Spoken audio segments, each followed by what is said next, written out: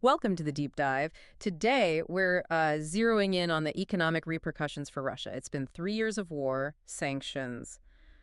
We want to look at the impact. Right, and we've got insights from some recent research that really digs into the economic shifts and, looks ahead towards the end of the decade. Exactly. And the speed of this transformation, it's pretty striking, isn't it? It really is. We're talking about fundamental restructuring, not just minor tweaks to their economy. So for you listening, our goal here is to unpack this complexity. We won't get bogged down in jargon, but we will pinpoint the crucial changes and explore what might come next. Think of it as a guide to a really significant global economic story that's still unfolding. Our mission today is pretty straightforward. Understand the biggest economic impacts from the war and sanctions on Russia, and then explore some plausible future paths. And we're drawing heavily on a detailed research report that breaks all this down. Okay, let's dive right in.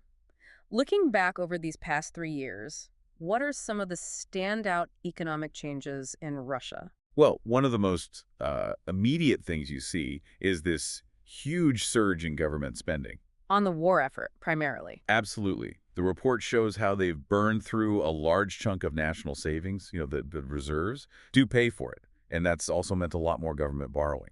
So the national piggy bank is getting lighter. Yeah. And it's not just spending more money, right? The government's getting more involved. Oh, definitely. We've seen a lot of support like subsidized loans going to war-related industries.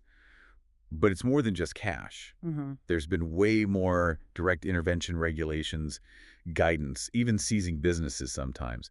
It's all geared towards the war effort. That's the clear priority. Wow. That's a major shift in how the economy operates. What about people? The workforce? There have been stories about labor shortages. Yeah, that's another big one. The report points to worsening labor shortages. It's a mix of things. Yeah. Mobilization, people leaving the country, fewer guest workers coming in. And when workers are scarce? Exactly. Wages go up, quite rapidly, in fact. And while that does prop up consumer spending, which keeps demand relatively strong. There's a catch. There is. That rapid wage growth is a major driver behind the accelerating inflation we saw, especially getting into 2024. It's been pushing towards double digits. Double digits? That's serious. And the central bank, they tried to cool things down. It did. They hiked interest rates pretty aggressively. But the report notes it hasn't been as effective as you might expect. Why is that? Because the government is simultaneously handing out these generous interest subsidies, especially to those same war-related industries. Ah, okay. So it's like hitting the brakes and the accelerator at the same time. Kind of, yeah. One policy is trying to cool the economy, the other is heating parts of it up. Okay, let me just recap this. We've got soaring government spending, more state control, fewer workers who are earning more, pushing up prices. Right. And this is all happening while Russia's whole relationship with the international economy is being fundamentally changed by sanctions. Precisely. The sanctions have forced a massive transformation. Russia basically abandoned its market-based exchange rate policies. They brought back capital controls, rules restricting money moving in and out. The ruble isn't freely convertible anymore. And crucially, foreign investment has pretty much dried up. Sounds like the walls are going up, economically speaking. Yeah. What about trade? Who are they trading with now? Well, trade with the countries imposing sanctions has just collapsed. But trade with Asia, particularly China, has surged. So a big pivot east. A huge pivot. And you see in the currencies, too.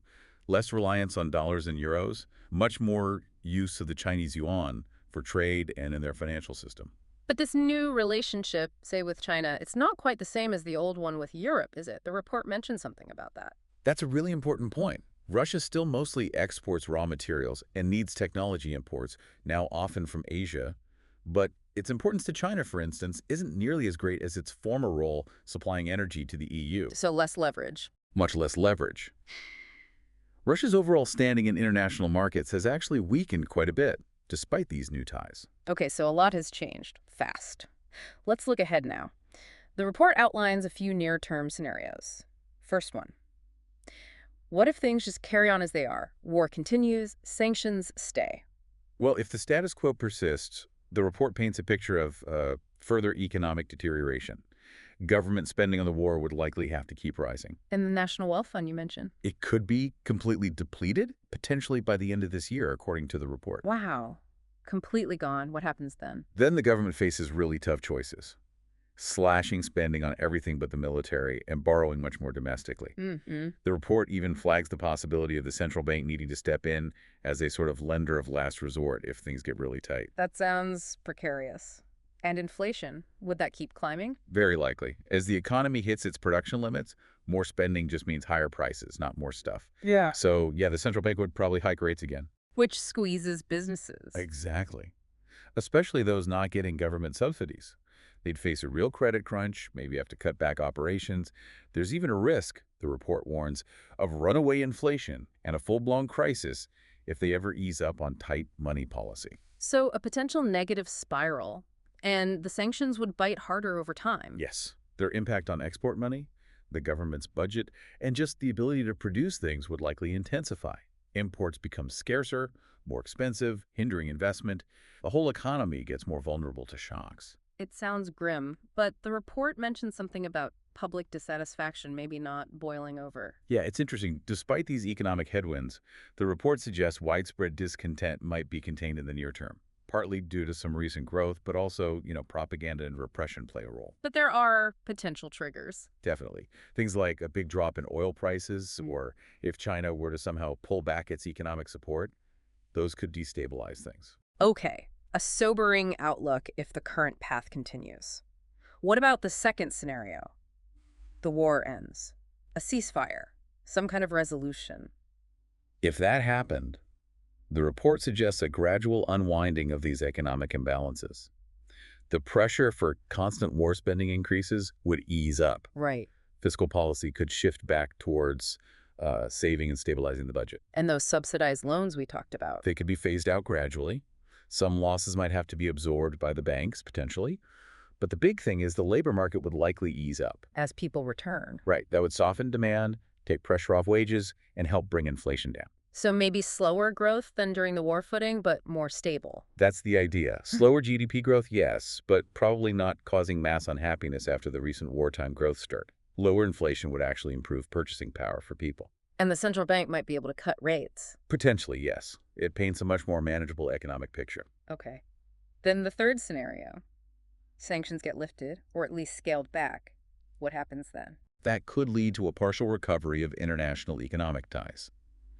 You might even see some foreign money, like portfolio investment or credit-seeking higher returns, come back relatively quickly. But for bigger, long-term investment. For that, Russia would likely need to get rid of its own capital controls first, make it easier for money to move freely again. Makes sense. And trade. Would imports and exports bounce back quickly? Gradually, the report suggests, trade with sanctioning countries could restart, but rebuilding those supply chains takes time. And just having access to international payment systems again would make trade easier, even with non-sanctioning countries. What about attracting foreign companies to set up shop again? Direct investment. That's seen as a much slower process. Yeah. Political risk would be lower if the war ends, sure, but countries might still be wary of relying too much on Russian resources. Plus, restrictions on things like technology exports probably wouldn't vanish overnight. So, improvements, but maybe not a full return to how things were before. Likely not immediately. Export earnings might rise for some goods, but oil volumes might not change much. And gas exports face infrastructure limits now. Imports would likely increase, though, becoming more available and cheaper. Okay, one last factor. The report touches on the longer-term outlook for oil and gas demand globally. That's still huge for Russia, right? Absolutely crucial. Still around 60% of export earnings, a third of federal budget revenues, roughly.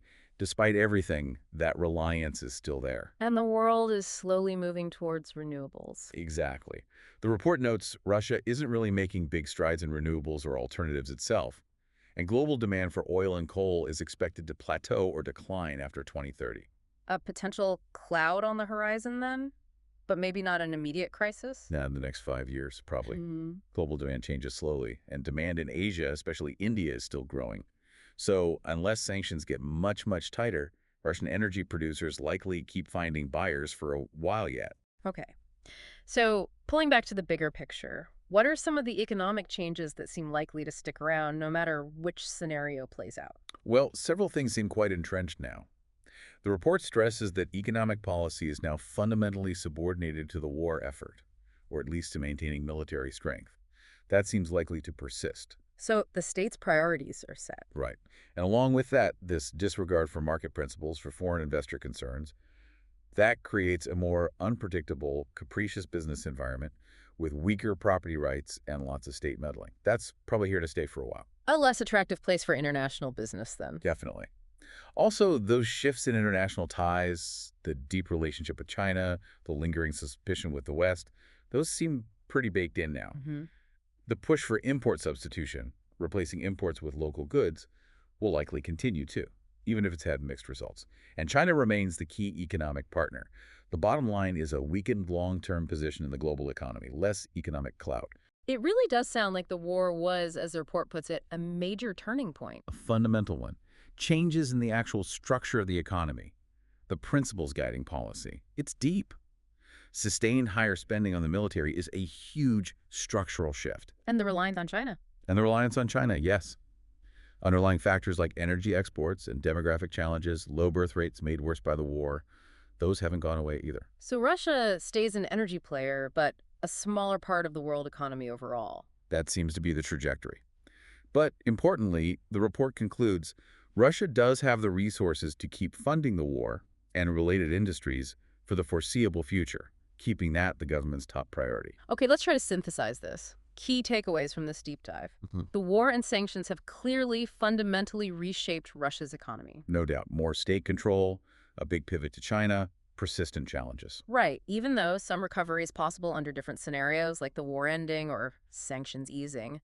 But the long-term picture seems to be one of a diminished role in the global economy for Russia. And what's really striking is how ingrained these wartime economic policies seem to have become. Which leaves a big question for you, the listener. Yeah. Given this deep commitment to military spending, how much could even a formal end to the fighting truly change Russia's long-term economic direction and its place in the world? And what other factors, maybe things we haven't foreseen, could dramatically alter these projections? A lot to think about. It's certainly a complex situation with no easy answers.